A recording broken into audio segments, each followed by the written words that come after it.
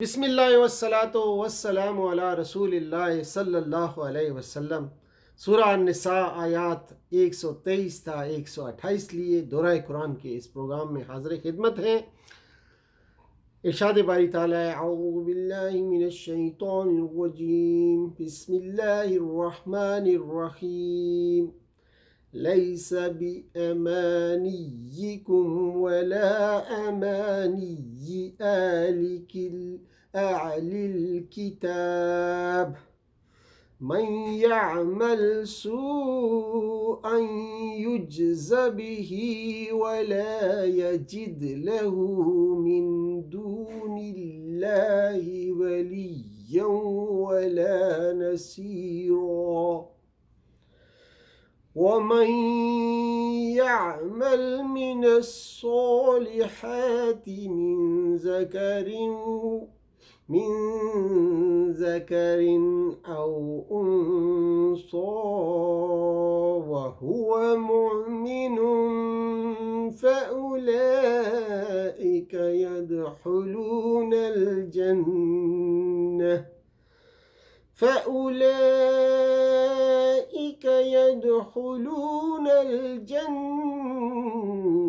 ولا يظلمون نقيرا۔ صدق اللہ العظیم۔ ان آیات میں ناقابل انکار حقیقت بتا دی گئی کہ اچھا مقام و مرتبہ صرف خواہش سے حاصل نہیں ہو سکتا بلکہ اس کے لیے کچھ کرنا پڑتا ہے۔ ان آیات میں ناقابل انکار حقیقت بتا دی گئی کہ اچھا مقام اور مرتبہ صرف خواہش سے حاصل نہیں ہو سکتا بلکہ اس کے لیے کچھ کرنا پڑتا ہے۔ اس آیت میں اصل جواب نہیں ہے، وہ اگلی آیت میں آئے گا، لیکن یہاں پر معاشرتی مسائل چھیڑنے سے پہلے یتیموں کے حقوق کی طرف توجہ دلائی گئی ہے۔ ان حقوق کی اہمیت کے حقوق کی طرف توجہ دلائی گئی ہے کہ ان حقوق کی اہمیت کتنی زیادہ ہے۔ پھر عائشہ رضی اللہ تعالی عنہا کی تشریح کے مطابق لوگ یتیم لڑکیوں سے شادی پسند کرتے تھے اور ظلم بھی کرتے تھے۔ جیسے لڑکی خوبصورت مالدار ہوتی تو مہر و نفقہ دیے بغیر ہی اس نکاح کا فائدہ اٹھاتے اور مال پر بھی قبضہ کر لیتے تھے۔ اگر وہ بدصورت ہوتی تو مال کی خاطر نہ خود شادی کرتے اور نہ دوسروں کو شادی کرنے دیتے۔ ان آیات میں سورہ نساء کے شروع والے احکام کی طرف توجہ دلائی گئی ہے۔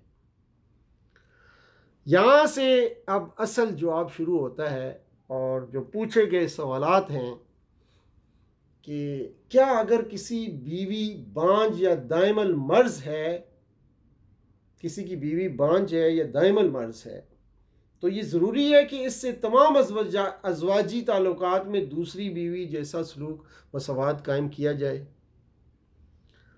دوسرا کہ کیا یہ عدل کا تقاضا ہے کہ اگر بیوی ازدواجی تعلقات کی قابل نہ ہو تو دوسری شادی سے پہلے پہلی بیوی کو چھوڑ دے؟ کیا اگر پہلی بیوی خود جدا ہونا چاہے تو کیا ایسا کوئی معاملہ ممکن ہے؟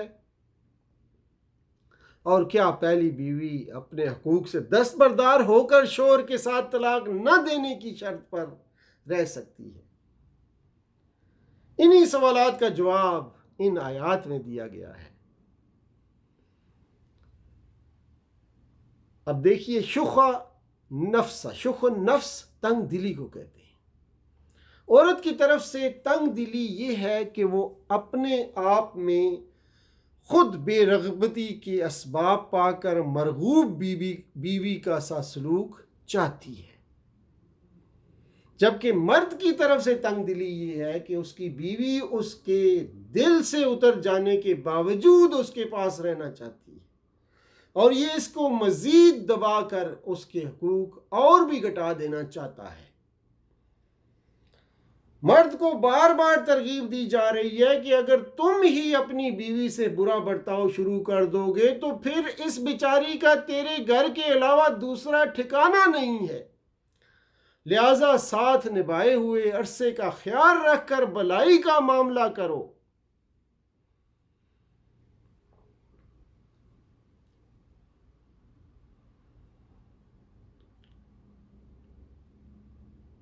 چنانچہ فرمایا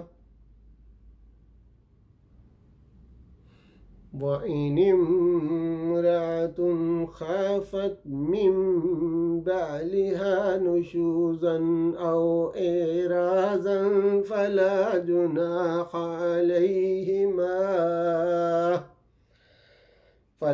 جناح عليهما أن يصلحا بينهما صلحا والصلح خير وأحضرت الأنفس الشح